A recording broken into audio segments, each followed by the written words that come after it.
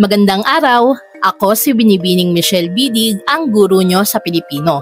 Sa pagbukas ng ating puso at isipan, tayo'y maglakbay sa isang makabagbag damdaming kwento tungkol sa pagmamahal ng isang anak sa kanyang magulang. Isang kwento ng pag-aalay ng sarili, sakripisyo, pagkakamali at ng walang hanggang pag-ibig. Handa na ba kayong makinig sa kwento ng pag-ibig at pag-aalay ng isang anak para sa kanyang pinakamamahal na magulang? Hanggang saan ang kaya niyang gawin para sa sariling kaligayahan? Samahan niyo ko sa paglalakbay na ito at hikayatin natin buksan ang ating mga puso't damdamin sa mensaheng handog ng maikling kwento na ito na may pamagat na Nang Minsan Naligaw si Adrian. Ito'y kwento batay sa text message na ipinadala kay Dr. Romulo N. Peralta. Sa kanyang muling pagsasalaysay, ang pangalan at ilang mga pangyayari ay pawang kathang-isip lamang. Bunsong anak si Adrian sa 3 magkakapatid. Siya lamang ang naiba ng propesyon dahil kapwa abogado ang 2 nakatatanda sa kanya. Dahil may kaya sa buhay ang pamilya, natupad ang pangarap niyang maging isang doktor.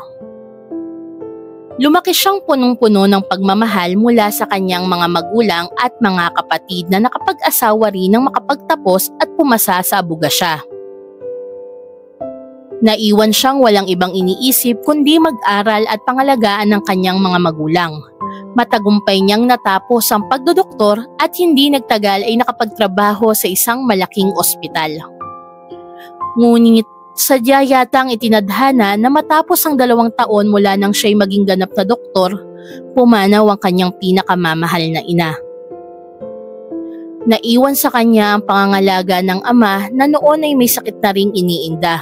Malimit siyang mapag-isa sa tuwing nabibigyan ng pagkakataong makapagpahinga, dulot na rin ng hindi niya maiwan-iwanan ang ama.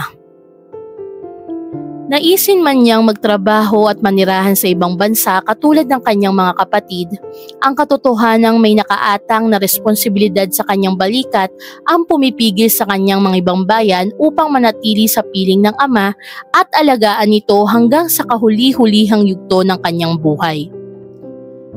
Inggit na inggit siya sa mga kasabayang doktor na nasa kanila na ng lahat ang luho at oras na makahanap ng babaeng makakasama habang buhay. Ayaw rin niyang mapag-isa balang araw kapag nawala na ang kanyang ama. Isang araw, habang nagpapahinga matapos ang halos 5 oras na operasyon, nakatanggap siya ng tawag mula sa kasambahay na sinusumpong ng sakit ang kanyang ama. Nagmadali siyang umuwi at sa kabutihang palad, naagapan naman niya ang ama. Bahay, ospital, paulit-ulit na takbo ng buhay na pakiramdam ni Adrian ay matatapos lamang kapag tuluyan ng mawala ang kanyang ama. Hindi niya namamalayan, unti-unti niyang nararamdaman ng pagkaawa sa sarili. Nais niyang makawala sa responsibilidad at magkaroon ng panahon para sa sarili. Daddy, patawad po.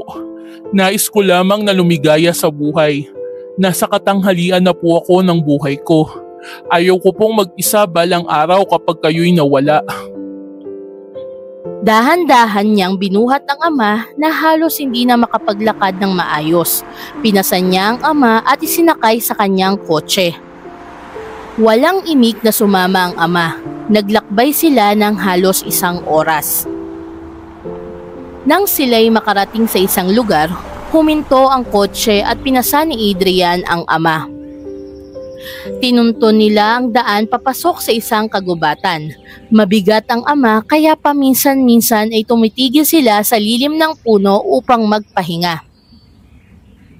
Wala pa ring imik ang ama habang binabali ang maliliit na sanga.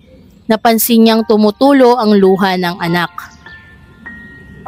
Bakit ka umiiyak? Tanong ng ama kay Adrian. Wala po, Dad. Nagpatuloy sa paglalakad si Adrian na pasan-pasan ng ama. Patuloy rin ang pagtulo ng kanyang luha. Alam niyang labag sa kanyang kalooban ang kanyang gagawin. Maraming beses din silang tumigil upang magpahinga at paulit-ulit din ang pagbabali ng ama ng maliliit na sanga ng puno. Napansin ito ni Adrian. Bakit niyo po binabali ang mga sanga ng puno sa tuwing tayo nagpapahinga, Dad? Tanong ni Adrian.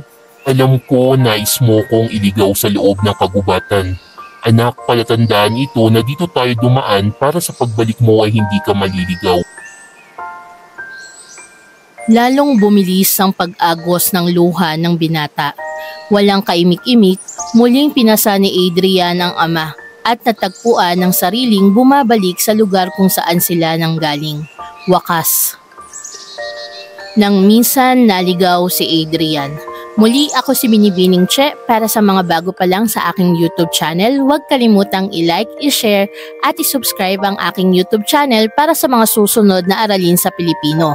Paalam, hanggang sa muli!